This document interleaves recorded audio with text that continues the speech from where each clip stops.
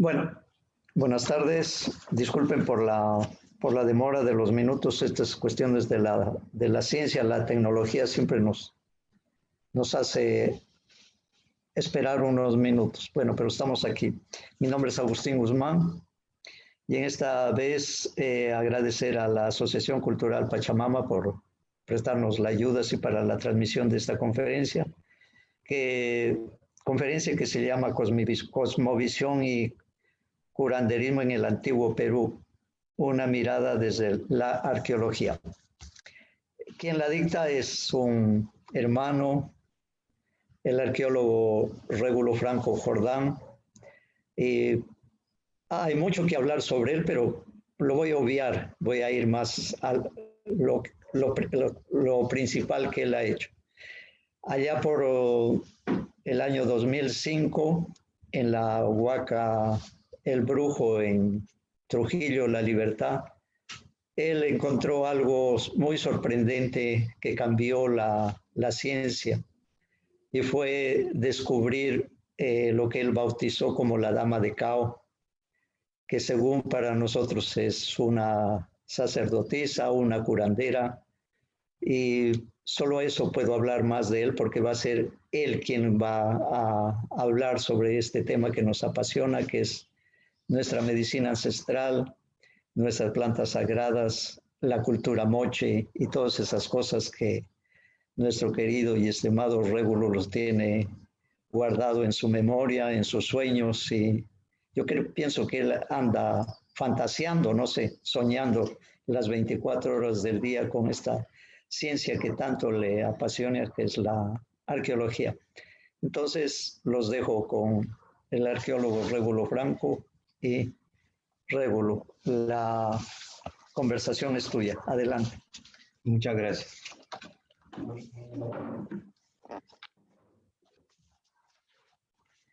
A ver.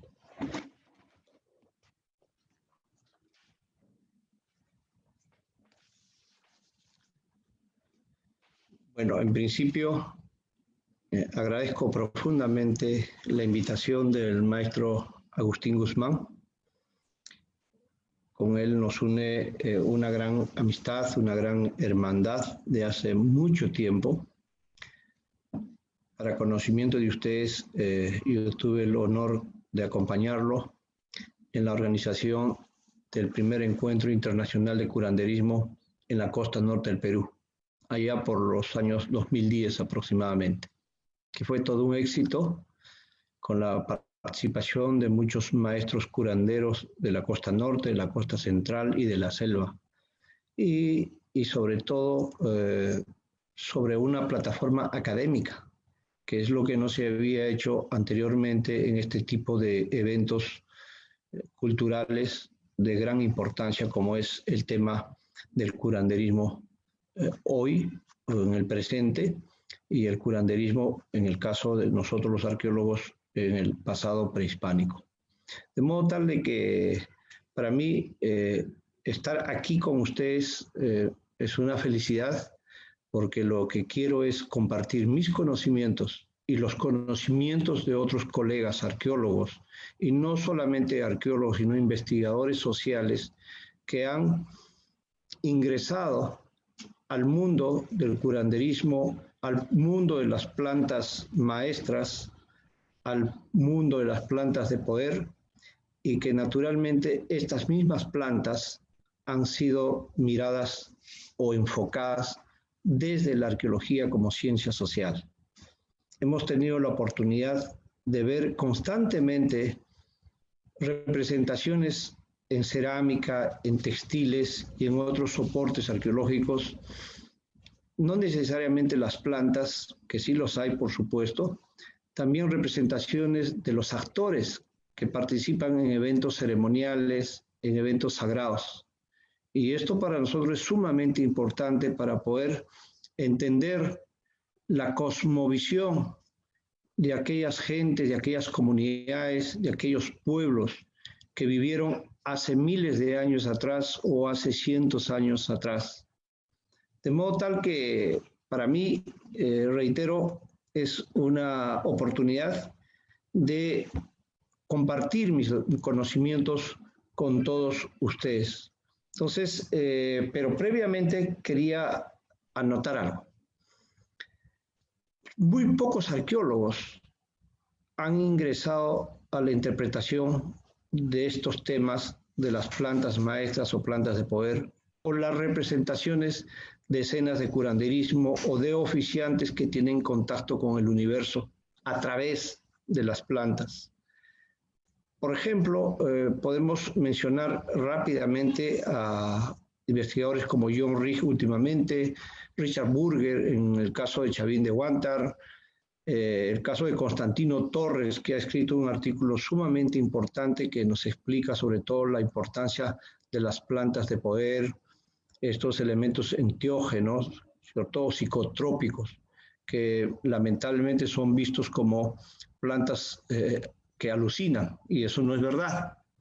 Son plantas sagradas que ha hecho que el hombre andino de ahora, que hace hoy, y el hombre del pasado, tenga una conexión con su universo. Y a eso le estamos llamando, sin lugar a dudas, cosmovisión.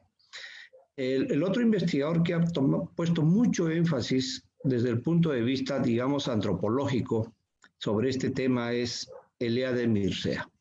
Eliade Mircea afirma en sus innumerables artículos de que el chamán, porque él acuña también el concepto de chamán o chamanismo, que obviamente creemos que no aplica a nuestra realidad, y además que es un nombre que viene de Siberia, y que nosotros preferimos hablar de curanderismo, y cuando nos referimos a personajes que están en actitudes ceremoniales en la iconografía del antiguo Perú, estamos hablando de oficiantes o sacerdotes, gentes con mucho conocimiento de la astronomía, con mucho conocimiento del universo, con mucho conocimiento de la naturaleza que los rodea.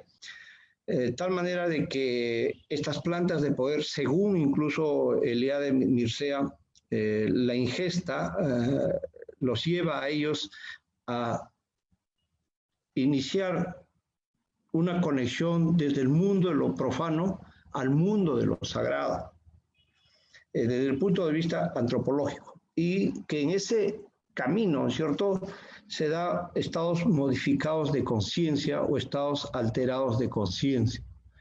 Quiere decir esto de que hay una, digamos,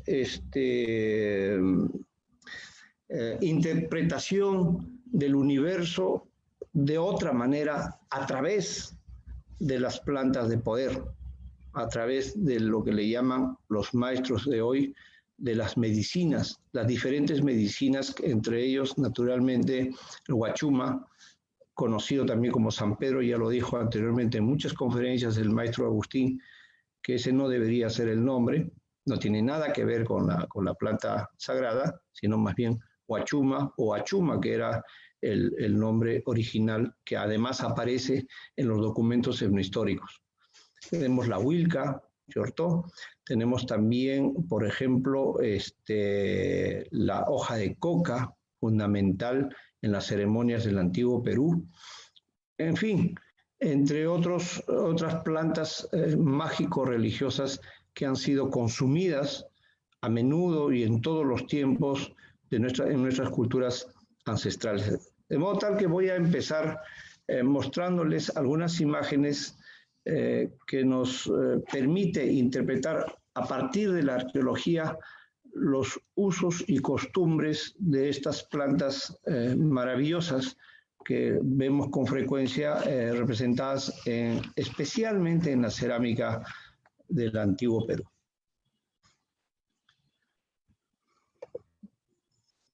A ver.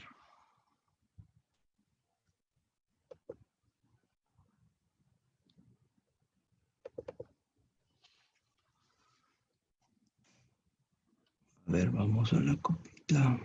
Aquí.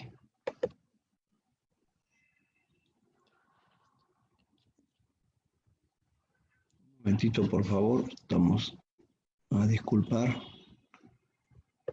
Voy a tratar de ampliar la imagen para que ustedes puedan ver mejor. Acá estamos.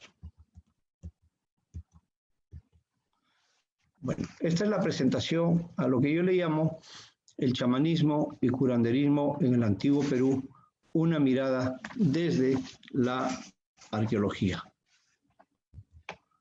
Para los que no viven en el Perú, están fuera de este territorio, en otros países, pueden ver el mapa del Perú y la ubicación de muchos sitios arqueológicos importantes, tanto en el norte, en el centro, en el sur, y menos en la selva peruana.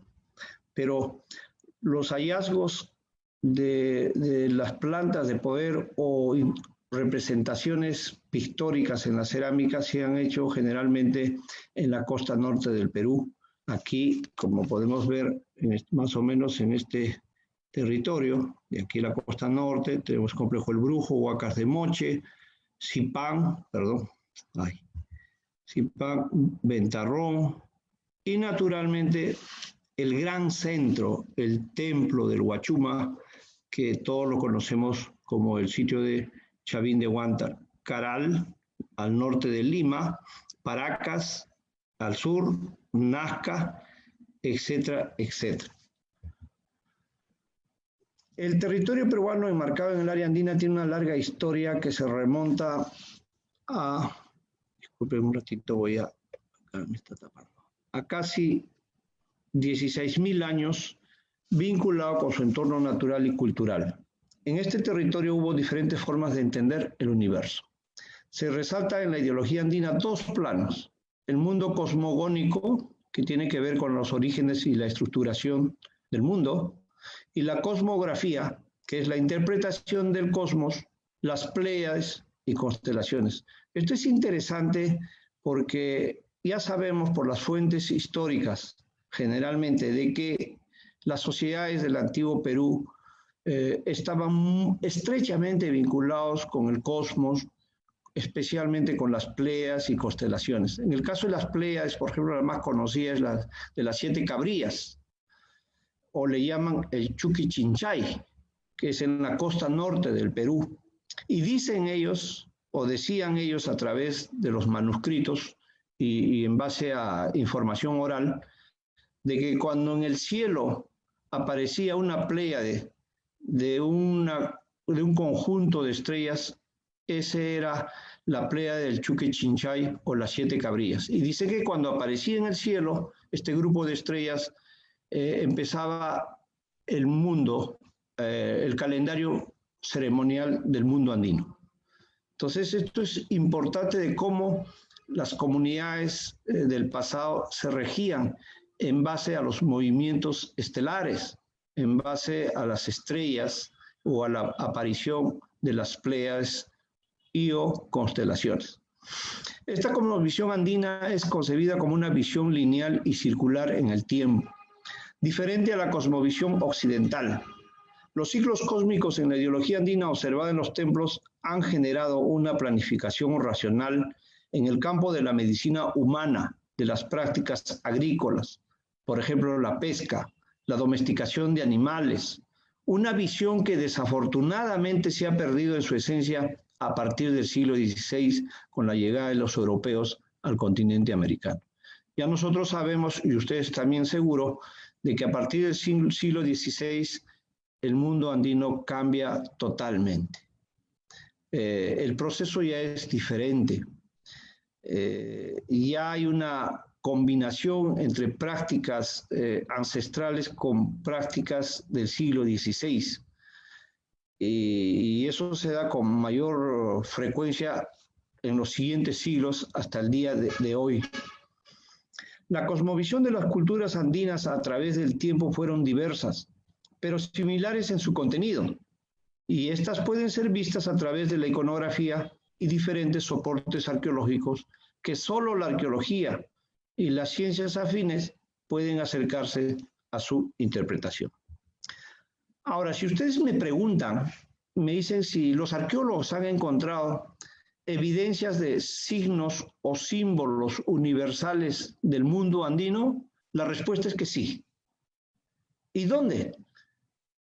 Miren, fue en el sitio de Ventarrón, en la región de Lambayeque, en la costa norte del Perú, ahí pueden ver la fotografía. El arqueólogo Ignacio Alba, hijo del doctor Walter Alba, realiza un gran descubrimiento en la arquitectura de hace 5.000 años atrás. Y nada menos, una parte de lo que le llamamos la chacana, de este signo universal del mundo andino, pero reflejado en este caso en la arquitectura, y como ustedes lo pueden ver. Y esto es sensacional, porque este símbolo sagrado, este signo universal, nada menos que estaba asociado a un recinto ceremonial y seguramente a un fogón central en donde los oferentes, los oficiantes, los sacerdotes realizaban ritos muy profundos, estrechamente vinculados con el fuego, que los maestros le llaman el abuelo fuego que purifica, el abuelo fuego que nos cambia, cambia nuestra energía, entre otras interpretaciones. Entonces, esto para mí es un descubrimiento sensacional de hace 5.000 años en el sitio de Ventarrón, en la región de Lambayeque. Bueno, después este signo aparece sucesivamente en las diferentes culturas, no se pierde, incluso hasta la época inca. Y hay diferentes interpretaciones acerca de este signo tan importante, como ya estamos viendo, tiene una gran antigüedad. De la región de Lambayeque viajamos a la región de La Libertad. Muy cerca de la ciudad de Trujillo se encuentra el complejo arqueológico El Brujo, donde la Fundación Augusto N. Vice hace una gestión muy importante con relación al patrimonio arqueológico. En este sitio del complejo El Brujo, que hoy tiene 12.000 años, o perdón, 14.000 años de antigüedad, es decir, 12.000 años antes de Cristo, es este sitio que estoy presentando que se llama Huaca Prieta, que fue originalmente descubierta por el doctor Junius Bird del Museo de Historia Natural de Nueva York. Este señor, en el año 48, sacó un fechado radiocarbónico de este montículo que él pensaba que estaban los restos de los antiguos pescadores de la costa peruana. Y su fechado alcanza 5.000 años. Pero gracias a la ciencia, la arqueología y las tecnologías que estamos manejando en los últimos años, sobre todo los métodos de fechamiento, que es uno de los métodos más importantes para poder ubicar una cultura en el tiempo, es el fechado radiocarbónico. Entonces, eso ya se superó ahora, y el doctor Tom Dillehey, con el doctor Ducho Bonavia, en el año 2012, cuando ingresan a revisar la información de Junius Bird, sacan una nueva cronología de 14.000 años de antigüedad. Sin embargo, más o menos hacia los 5.000 años antes de Cristo, por ahí, estas gentes, estas comunidades, estos grupos de pescadores no conocían todavía la cerámica, por eso le llaman sitios precerámicos, pero sí conocían las calabazas, los mates, como estas imágenes que ustedes pueden ver. Estos mates o calabazas sustituían la función de la cerámica, por eso se les llama precerámicos. Y estos mates eran decorados con símbolos sagrados o mágicos religiosos, como ustedes pueden ver, en donde normalmente están poniendo énfasis en ciertos animales de poder. Por ejemplo, el felino, en un caso, en otro caso es la serpiente, y en otro caso es un ave, sea costeña, selvática o serrana, dependiendo de dónde ha sido hallado el artefacto o el objeto que nos va a dar nuevas evidencias. Pero también es cierto que encontraron espátulas de hueso como este artefacto hermoso que ustedes pueden ver, que tiene una iconografía vinculado con el formativo que le llaman los arqueólogos, un poquito antes que la existencia de la cultura chavín. Es que este artefacto ya nos está indicando que estos grupos humanos muy tempranos en la costa peruana están empleando probablemente algunos insumos o algunas plantas de poder en sus ceremonias, en sus rituales. Y si seguimos bajando con dirección hacia Lima, encontramos otro sitio espectacular que en los últimos años ha dado mucho que hablar y sobre todo ha sido difundido a nivel mundial. Un trabajo muy importante que realiza la doctora Ruth Chadi Solís, un trabajo de gestión del patrimonio arqueológico, en donde ella saca evidencias sumamente importantes para la arqueología y para el conocimiento científico. Y una de estas informaciones es que ella descubre la ciudad más antigua de América, que es el sitio de Caral, que tiene 5.000 años de antigüedad. Y ahí ustedes pueden ver enormes pirámides de piedra, construcciones de piedra, pero con espacios sumamente importantes, plazas ceremoniales circulares, plazas ceremoniales cuadradas, evidencias de ritos o ceremonias que se hacían dentro de estas plazas circulares, especialmente en donde se le rendía culto al fuego. Entre muchas otras cosas, ella descubrió también figurinas como las que pueden ver de género masculino y femenino, que es la complementariedad del ser humano, ¿cierto?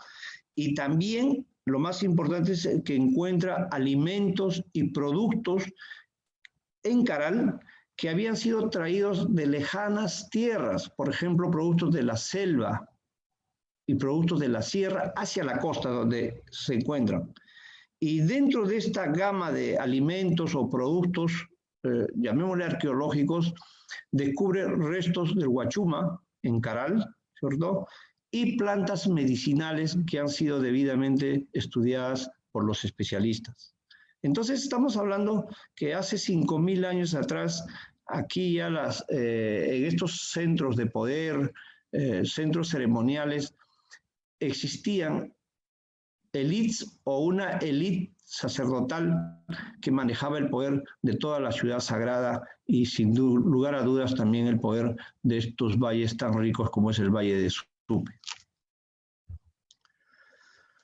Y entramos en el tiempo, después de Caral, a Chavín de Huántar, que se encuentra en el callejón de Conchucos, muy cerca de la ciudad de Huaral, a 2 horas de viaje, más o menos, y ahí vamos a encontrar un sitio realmente espectacular. Chavín de Huántar, más o menos, se asigna hacia el 1000 años antes de Cristo aproximadamente. Aquí está el templo. Bueno, tiene un paisaje sagrado en principio, y la ubicación del templo precisamente habría sido por ese paisaje sagrado, donde están los apus, las montañas sagradas. Creo que hay 4 como 5 montañas que rodean a este gran centro ceremonial espectacular, que obviamente tiene varios niveles constructivos, como todos los templos en el antiguo Perú. Es decir, ellos construyeron una sobre otra. Hay una superposición de edificios, de construcciones. Pero lo más interesante son los espacios ceremoniales que existían en estos templos, en este caso particular, en el gran templo o el santuario de Chavín de Huántar. Y ustedes pueden apreciar aquí en el plano, por ejemplo, un espacio casi en forma de U, perdón,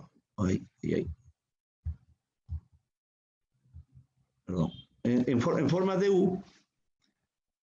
Disculpen, acá la computadora no está funcionando bien, he tenido problemas al inicio, pero encontramos un patio circular ahí, como ustedes pueden ver, una escalinata central que accede a las galerías más importantes.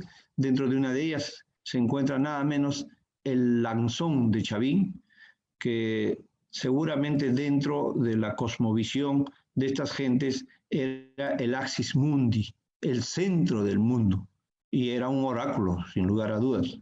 Y en esta plaza circular que ustedes observan, se ha descubierto unas lápidas como las que están ustedes observando, y en estas lápidas observamos claramente a seres antropomorfos o seres sobrenaturales con cabelleras de serpientes, con garras, con rasgos felinos, con pupilas en la parte superior del ojo y sobre todo llevando en la mano derecha el cactus que ahora le llamamos el huachuma. Fíjense ya aquí, en Chavín de Huántar aparece el huachuma o el cactus sagrado o la planta o la medicina o la planta de poder en estas famosas lápidas que formaban parte de los muros laterales de este patio ceremonial en donde seguramente realizaban ritos o ceremonias trascendentales de conexión con el universo. Ahora, esta planta sagrada, esta medicina que le llaman así los maestros, que no solamente viene de esa época, sin lugar a dudas, sino viene de tiempo atrás, porque creo que más o menos las primeras evidencias del huachuma están hacia los 6.000 años atrás, casi 4.000 años antes de Cristo aproximadamente. Y aquí en Chavín están, digamos, hacia el 1000 antes de Cristo aproximadamente. De modo tal de que esta planta sagrada, el cactus o huachuma, sí era usado para fines mágicos religiosos en este templo de Chavín de Huántar. Al parecer, las élites sacerdotales de este sitio tenían constantemente una vinculación o una estrecha vinculación con el universo. Pero, por ejemplo, Constantino Torres, quien ha hecho un buen estudio de estas plantas y sus usos en este templo de Chavín de Huántar o en este territorio, señala también que no solamente se habría utilizado el cactus de San Pedro o huachuma, sino también se habría utilizado una planta conocida como la huilca o vilca, conocida como la anadentadera SP, que es una planta que aparece mucho en las cuencas amazónicas y tiene como alcaloide la bufotemina. Y esta vilca, que tampoco, así como el huachuma, no aparece en este tiempo de Chavín, de la cultura Chavín, sino mucho, mucho antes. Entonces, perdón, conversando con algunos especialistas, incluso maestros que practican el día de hoy estas sesiones o estos eventos sagrados, ceremoniales, indican que al mismo tiempo podrían haber utilizado no solamente el huachuma, sino también la vilca, y acompañado de chicha de maíz. Y los efectos, sin lugar a dudas, eran muy fuertes. Y al parecer, según indican ellos, no lo indico yo por si acaso, los especialistas que han estudiado este tema, es que gracias a la ingestión de la vilca o de la huilca, es que se produce esta transformación en el ser humano, con ojos exorbitantes y mucha mucosidad, como ustedes pueden ver naturalmente en las cabezas trofeo que fueron encontrados en Chavín de Huántar y que todavía existen, o una o dos, en las paredes exteriores de este famoso templo. Entonces, en resumen, aquí en este santuario del huachuma se encuentra no solamente el huachuma y evidencias de la utilización de la huilca o la vilca, y con seguridad el uso de la chicha de maíz como fue usado en las culturas posteriores. Esa es otra fotografía donde pueden ver con más nitidez la figura de este ser sobrenatural, cósmico, que está llevando en su mano derecha un cactus de huachuma o que le llaman también San Pedro, y también, desde luego, el uso de artefactos para inhalar sustancias y seguramente la huilca, con iconografía del formativo, con iconografía de la época Chavín, como ustedes pueden observar. Pero no solamente estas evidencias aparecen de alguna manera en el arte lítico, sino también aparecen en la cerámica, como también aparecen en los textiles. Y hablando de los textiles, aquí vemos una representación textil de la parte superior derecho, que fue encontrado en el departamento de Ica en un sitio que se llama Carua, y le llaman el famoso textil de Carwa, donde ustedes no solamente pueden apreciar el arte chavín en todo su esplendor de seres sobrenaturales, como ustedes pueden observar, sino también la presencia del huachuma y entre otras plantas. En el obelisco Tello, según Constantino Torres, aparecen también estas evidencias, por ejemplo, de la busmancia áurea de la Vilca, ¿cierto? Esta es una referencia del 2002 de uno de los artículos suyos, en el que él llama la atención sobre el uso de la huilca o la vilca y su representación en los soportes líticos del templo de Chavín de Huántar, entre obviamente muchos íconos trascendentales que aparecen en esta magnífica obra lítica que hoy lo conocen como el Obelisco Tello, que se encuentra en el Museo Nacional de Arqueología y Antropología. Pienso que necesitamos ingresar con más profundidad a la interpretación de estos obeliscos, de estas estelas o de estas lápidas o de este arte lítico para poder llegar a una mejor interpretación acerca del significado de estos símbolos, íconos o de estas plantas de poder que se utilizaron en el antiguo Perú. Ya sabemos que mientras la cultura chavín, el centro de poder hoy en el santuario Chavín de Huántar, a 2 horas de la ciudad de Huaraz, que era el centro, sabemos también de que en la mayor parte del territorio andino había presencia de esta cultura, probablemente con comunidades o pueblos que tenían otros nombres, pero tenían el mismo arte, tenían las mismas manifestaciones, tenían las mismas costumbres, tenían la misma cosmovisión, y aquí encontramos una cultura muy conocida en la costa norte del Perú, que es la cultura cupiznique. Y la cultura cupiznique está más o menos fechada entre los 800 a.C. aproximadamente. Y aquí no cabe duda de que en cada ceramio que ha sido estudiado por Sharon Douglas inicialmente y ha sido estudiado por otros especialistas en los siguientes años, es que el huachuma o el cactus de San Pedro, ahí ustedes lo pueden ver, aparece en la cerámica cupiznique. Y no está sola la planta de poder.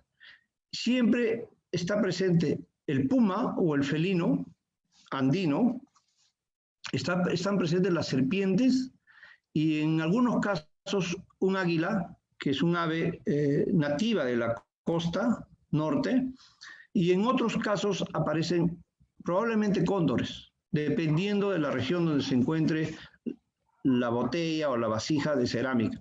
Pero esos son 3 elementos fundamentales que están apareciendo asociados a la planta del San Pedro o a la planta del huachuma. Y también pueden apreciar incluso murciélagos, venados, entre otros objetos asociados a esta planta nativa del Perú, conocida como huachuma. Ahí lo pueden ver, tiene diferentes formas de porras, por ejemplo, y incluso representaciones no comunes, como esta botella con un rostro malformado, o 2 rostros malformados, que podría ser, digamos, el resultado de una conexión del uso de una planta de poder con el universo. Pero hay una cosa interesante que voy a llamar la atención de ustedes. He encontrado que en este tiempo, le llaman formativo los arqueólogos, o le llamamos la época chavín, o le llamamos la época cupiznique, está apareciendo el cactus de 4 líneas, de 4 puntas, de 4 rayos. no aparecen cactus de más rayos. Es decir, están empleando el cactus para ceremonias trascendentales por lo menos más de 1000 años. Y aquí tenemos que ver qué cosa es lo que ha pasado y por qué están usando esta planta de 4 puntas y no están usando esta planta con 5 puntas, 6 puntas, 7 puntas, 8, 9 y hasta mucho más.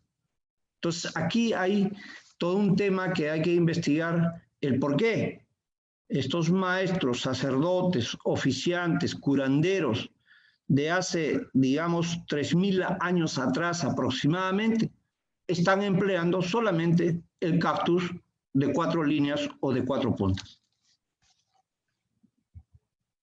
Aquí ya les mencionaba anteriormente, ese es el famoso textil de Carhua en el departamento de Ica, donde ustedes pueden ver también la huachuma. Ahí lo pueden ver, huachuma en todo lado, asociado a seres como que estuvieran volando, ¿cierto? Y otros elementos sagrados. Y este es uno de los textiles más importantes que se haya encontrado en los últimos tiempos a nivel arqueológico. Les puedo decir además de que es muy difícil encontrar arqueológicamente textiles de esa época. Muy difícil. Es un milagro encontrar textiles de hace 3000 años en la costa norte, por ejemplo, en la costa central y en la costa sur. Pero en el caso de la costa sur es un territorio arenoso, desértico, en donde las condiciones climáticas a veces son un poco favorables para la conservación del material orgánico. Y por eso es que posiblemente se encontraron estos fragmentos de textiles con estas evidencias tan importantes para nuestro estudio. Aparecen posteriormente los textiles paracas, en los textiles de la cultura nazca, es decir, hace 2000 años atrás, hace 2500 años atrás aproximadamente, seres sobrenaturales como estos, que al parecer están en vuelos estáticos. Eso es una posibilidad. No quiero decir que eso es, pero hay que partir de algo para lograr una interpretación. Entonces, a nivel de hipótesis, podríamos indicar necesariamente que podrían tratarse de seres que están en vuelos estáticos producidos por las plantas de poder.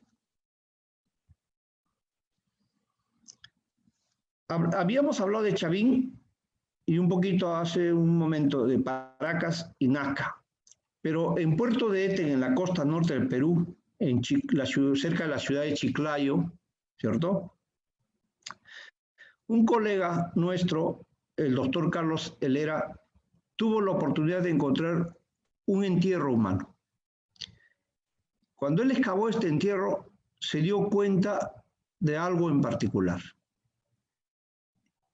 Y descubre que en uno de los húmeros de este personaje, como ustedes pueden ver en la fotografía de la parte inferior izquierdo, habían incrustado una especie de un objeto, ¿cierto?, punzante y con una caracterización de algún personaje, pero dentro de este personaje había una especie de bolitas que sonaban como una campanilla. Y Carlos Helera interpreta que se trataba de un curandero que medía o tenía una estatura aproximada de 1,80 m. Al parecer este hombre, curandero de hace 2300 años atrás aproximadamente, se iba por las comunidades para realizar atenciones personales. Y cuando él caminaba, producía un sonido que seguramente llamaba la atención de las gentes que lo observaban. Esto para mí es un hallazgo muy importante y una evidencia que ya indica que hay especialistas en este tiempo que están dedicándose a estas prácticas curanderiles. Luego viene la cultura moche, por no decir el mundo moche, cuya última cronología que ya conocemos, que ha superado evidentemente otras cronologías absolutas que se manejaban anteriormente, incluso relativas, es que ahora esta cultura se ubica entre los 200 y 850 después de Cristo. ¿Y qué encontramos en Moche? Encontramos este tipo de representaciones en cerámica. Por ejemplo, maestras con mantos o maestras gemelas con mantos en cuyas manos aparentemente aparecen semillas de plantas mágicas, de plantas de poder.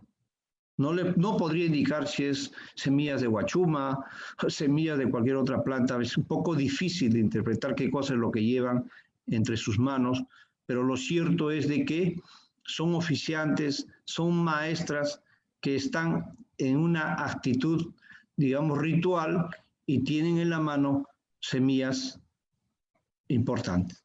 Incluso se ven a otras oficiantes que están de frente, al parecer llevan en una mano alguna bolsa con sustancias o hierbas mágico-religiosas y en la otra mano llevan lo que nosotros lo conocemos como la chungana o el sonajero en la costa norte del Perú, que actualmente los maestros lo utilizan. ¿Sí? El sonido que es muy importante para hacer el tratamiento directo al paciente. Pero ya vemos que en la época Moche, hace casi 2000 años atrás que empieza esta cultura de los moches, ya estos especialistas, hombres y mujeres, estaban utilizando sustancias mágico-religiosas, quizás preparados de hierbas, ¿cierto?, olorosas, y también la chungana o el sonajero, que es parte del proceso de la curación de los pacientes. Pero también vemos seres sobrenaturales en vasijas de cerámica, observamos curanderas con pacientes que están extendidos de cúbito dorsal, curanderas que están llevando un collar de semillas que tiene el nombre de la nectandra, que en la selva le llaman el ispingo. Aparentemente estas semillas de nectandra, que en algunas veces se los colocan en el cuello, las propiedades de esta nectandra es que tiene propiedades anticoagulantes y curativas naturalmente. Y quiero aprovechar este momento para indicarles que en la ceremonia del sacrificio, que es una ceremonia central del mundo moche, aparece una sustancia que se llama el uyuchu. Pero todavía no voy a hablar del uyuchu, luego viene el uyuchu y van a ver cómo se está mirando esta planta en los usos mágicos religiosos de la época moche. Podemos seguir observando, vemos oficiantes, mujeres con pacientes y sobre todo mujeres que llegan a transfigurarse. Esto de la transfiguración sí se da, y se da gracias al uso de las plantas de poder, gracias a las medicinas. Se transfiguran en pumas, en felinos, en cóndores, en águilas, qué sé yo, pero eso es real. Igual lo hacen los maestros curanderos, o los oficiantes, o los sacerdotes. Y aquí hay que definir, digamos, hay que clasificar en dos partes a estos oficiantes. Habían oficiantes mayores, oficiantes o sacerdotes que estaban exclusivamente dedicados a las funciones del templo. ¿Correcto? Esos eran los oficiantes y que tenían mucho poder y que tenían legitimado el poder también por la población. Entonces vemos en estas caracterizaciones de la cerámica moche o representaciones oficiantes con coronas, con tocados complejos, sobre todo como ustedes pueden ver en ese tema. Pero en el otro campo tenemos al parecer a curanderos, especialistas que están estrechamente vinculados con el pueblo, con las comunidades, con las gentes que se enferman y ellos acuden a curarlos y que están manejando naturalmente de manera muy eficiente las hierbas, las plantas de poder para poder curar a sus pacientes. Pero también, como vemos aquí en las representaciones de la cerámica en la parte inferior, están realizando tratamientos directos con sus pacientes a partir de la posición de las manos. Creo que ahora le llaman Reiki, creo, ¿cierto? Imposición de manos. Y ahí ustedes ven claramente que las manos del curandero o del maestro están hacia diferentes partes del cuerpo del paciente, sea hombre o mujer. Entonces, de esa manera los están tratando. Y de estos tenemos muchos ejemplares que están en diversas colecciones públicas o colecciones privadas. Y una de las piezas que más me llama la atención es esta pieza de color negro, monócromo, que aparece en la parte inferior del lado derecho, donde vemos a un maestro que tiene a su paciente extendido de cúbito dorsal. Él tiene una vara, como si tuviera una vara mágica, que a través de la vara, seguramente, no estoy asegurando, le succionaba todos los males o todas las enfermedades al paciente. Pero hay algo más que podemos notar que no habíamos mirado bien en otras piezas o simplemente no se había encontrado. Es que este maestro está acompañado de una pequeña mesa. Y esa mesa está conformada por chungos y caracoles, ¿cierto? Ahí lo pueden ver, que serían los objetos de poder que utiliza el maestro para poder curar o tratar. Y sabemos que hoy, en la actualidad, en la costa norte del Perú, los maestros ponen sobre el suelo su mesa. Y en la mesa tienen una serie de objetos de poder para realizar su sesión mágico-religiosa. ¿Correcto? Pero ya esto, creo que esta pieza, que tiene más o menos cerca de 1500 años de antigüedad, ya estamos viendo que están utilizando piedras mágicas, caracoles, entre otros objetos, para poder curar al paciente. Pero también existían los oráculos a través de las semillas. Por ejemplo, esta maestra, que aparentemente tiene un cabello largo y tiene un cordón que cae hacia atrás, hacia su espalda, pero lo más importante es de que tiene una manta sobre el suelo y sobre la manta tiene caracoles y también fuera de la manta mazorcas de maíz. Y esto nos lleva a determinar que esta maestra está oraculando a través de los caracoles y oraculando posiblemente a través del maíz. Y ahí pueden ver también otras representaciones muy llamativas, desde luego, en trabajos de dos personas, frente a frente, en áreas desérticas donde hay mucha arena y le llaman el juego del payar. En una oportunidad, don Rafael Larco Oile, en la década de los 80, planteó una hipótesis muy interesante en el que en el payar había escritura y que los mochis ya conocían la escritura. Pero lo cierto es de que después los investigadores o los paleobotánicos estudiaron los payares y encontraron que habían payares de diferentes colores.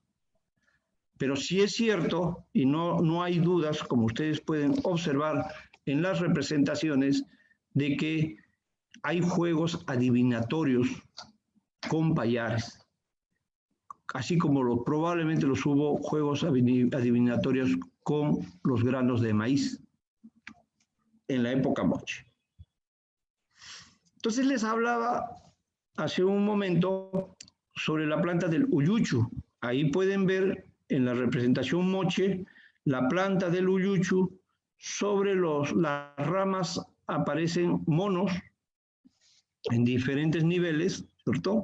Y en la parte inferior aparece este ser antropomorfo que algunas veces se muestra con cinturón de serpientes, siempre con rasgos felínicos que le llaman Ayapaej, o el adjetivo de Ayapaej, que no era el nombre real, desde luego, de la divinidad moche. Pero así es conocido como Ayapaej, en otras versiones conocido como el decapitador y técnicamente conocido como el Pax, el personaje antropomorfo de cinturón de serpientes. Este ser aquí aparece en una unión sexual con una mujer, es decir, una mujer de este mundo, de la tierra, que es, digamos, que está con la divinidad principal. Y desde luego que esto aparentemente se puede interpretar como una unión sexual que forma parte de la fertilidad, de la fecundidad, donde la planta del uyuchu juega un papel muy importante. Sobre esto hay que investigar un poco más, pero ahí está la planta del uyuchu y al parecer esta planta del uyuchu es una planta también de poder y tiene un elemento que se llama la papaína y habría servido como un anticoagulante de la sangre, porque aparece este fruto en las representaciones centrales de la iconografía moche como el sacrificio humano. Aparecen uyuchos que están saltando de las copas o la copa que es llevada por una sacerdotisa especialmente, que es una oficiante que cuya tumba ha sido encontrada en San José de Moro por el doctor Luis Jaime Castillo. Y también la coca, la hoja sagrada, era muy empleada desde luego de épocas inmemorables. Todavía no tenemos una data, digamos, precisa de la mayor antigüedad de esa hoja de coca, pero es cierto que sí ha sido utilizada durante miles de años. Y especialmente en moche. En moche, como ustedes pueden apreciar aquí, hay, digamos, sesiones muy complejas de el consumo de hojas de coca. Ahí pueden ver, por ejemplo, donde no hay uno, ni siquiera dos, en otros casos hay más de dos, al parecer un grupo de oficiantes, sacerdotes, que están haciendo una ceremonia trascendental, están implorando hacia el arco celestial. El arco es convertido en una serpiente de dos cabezas y que sin lugar a dudas representa el arco iris. Y cuando aparece el arco iris en la sierra y también en la costa, es que va a haber agua, va a haber lluvia, va a aparecer este elemento sagrado, vital, que es el agua, que va a favorecer para el riego de los campos de cultivo de las cuencas costeras o costeñas. Entonces, ya vemos que hay mucho consumo de coca por parte, aquí en la parte inferior, ustedes pueden ver, están con calero, están con su calero y están en una escena de masticación de coca. Y sabemos por datos etnohistóricos de que los incas utilizaban abundantes hojas de coca, no sé cuántos kilos o toneladas, durante sus sesiones sagradas, sus rituales, sus ceremonias. Pero la hoja de coca, como ya sabemos arqueológicamente, que ha sido sumamente importante, no solamente como medicina, como ha sido varias veces indicado por el maestro Agustín Guzmán, sino también tiene efectos de otro tipo, medicinales, es una gran medicina, es una gran proteína, etcétera, etcétera, etcétera.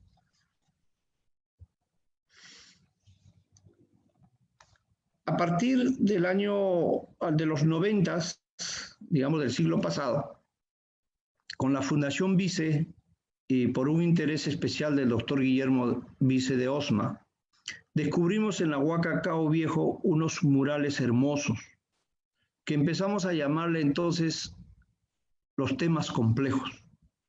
Una especie de arte barroco, como ustedes ven, el horror al vacío, sobre todo muchas escenas, muchas representaciones, muchas figuras, y que después mis colegas de la Huaca de la Luna, en Trujillo o en el Valle de Moche, descubren estos mismos temas, pero mejor conservados y casi enteros. Esto realmente ha sido sensacional. No hay tiempo para poderles explicar porque es un tema que también ha sido muy estudiado por mi persona he tenido la oportunidad de escribir algunos artículos sobre el tema, le llamo el calendario mítico ceremonial, Moche, pero algo que sí tengo que llamar la atención y que esto viene desde Chavín, como les explicaba, porque los padres de los Moche eran los chavines o los chavinenses. Aquí vamos a encontrar algo maravilloso que se les voy a indicar en la misma foto, en la fotografía del mural. A ver. En la fotografía del mural, a ver, vamos a... Bueno, en la fotografía del mural, de la parte superior del lado izquierdo, aparecen dos figuras, una figura ovoidal y una figura circular. Ustedes lo pueden notar. En la parte gráfica también lo pueden ubicar.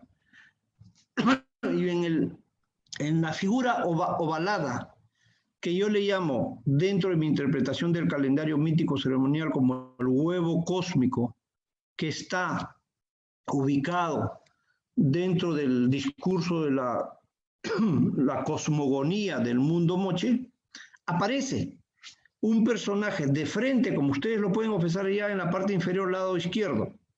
Pueden ver un personaje de frente. En una mano lleva una porra como símbolo de poder y en la mano derecha, así como lo lleva el ser antropomorfo de la lápida de Chavín de Huántar, un cactus de Huachuma, asociado a los orígenes del mundo Moche. Y también en este mismo mural observamos figuras estelares, muchas de ellas con rostros humanos en el centro o simplemente con un círculo. Y como decía el maestro Agustín y otros maestros con quien tuve la oportunidad de conversar, es de que si uno corta efectivamente el cactus de Huachuma, se va a ver, ahí lo pueden ver en la fotografía, las puntas y en el centro el círculo. Entonces, esto está muy claro de que la planta del Huachuma o el cactus de Huachuma viene desde tiempos inmemoriales, está vinculado con la cosmogonía, en este caso especial del mundo Moche, estaba vinculado con las estrellas sin lugar a dudas. Entonces, ahí están las evidencias arqueológicas que pueden explicar científicamente el uso del cactus de Huachuma en las sociedades del antiguo Perú. Todo esto que hemos explicado persiste, por suerte persiste en nuestros días. Lamentablemente estas prácticas poco a poco se están perdiendo, lamentablemente, pero sin embargo todavía en la costa norte del Perú vemos a maestros curanderos que tienden su mesa, tienen sus elementos de poder y fundamentalmente trabajan con el cactus del Huachuma. Igual lo hacen en la sierra, especialmente en Cusco, en donde preparan ofrendas para la Pachamama, para la Madre Tierra, para las huacas, para los apus. Ahora sabemos, gracias a los estudios de los antropólogos, que, y eso lo indicaban las gentes de hace cientos de años atrás, después de la colonia, de que ellos decían que todo tenía vida. Los apus tenían nombres, los apus eran como las personas, se casaban entre ellos, etcétera, etcétera, etcétera. Y también, desde luego, encontramos maestros, curanderos, que utilizan también plantas de poder como el famoso ayahuasca, ¿cierto? Entonces, esto no se ha perdido. Esto no se ha perdido, sigue vigente, a pesar de todo lo que hemos pasado en estos últimos 500 años, sigue vigente, y esto forma parte de nuestro patrimonio inmaterial que debemos protegerlo.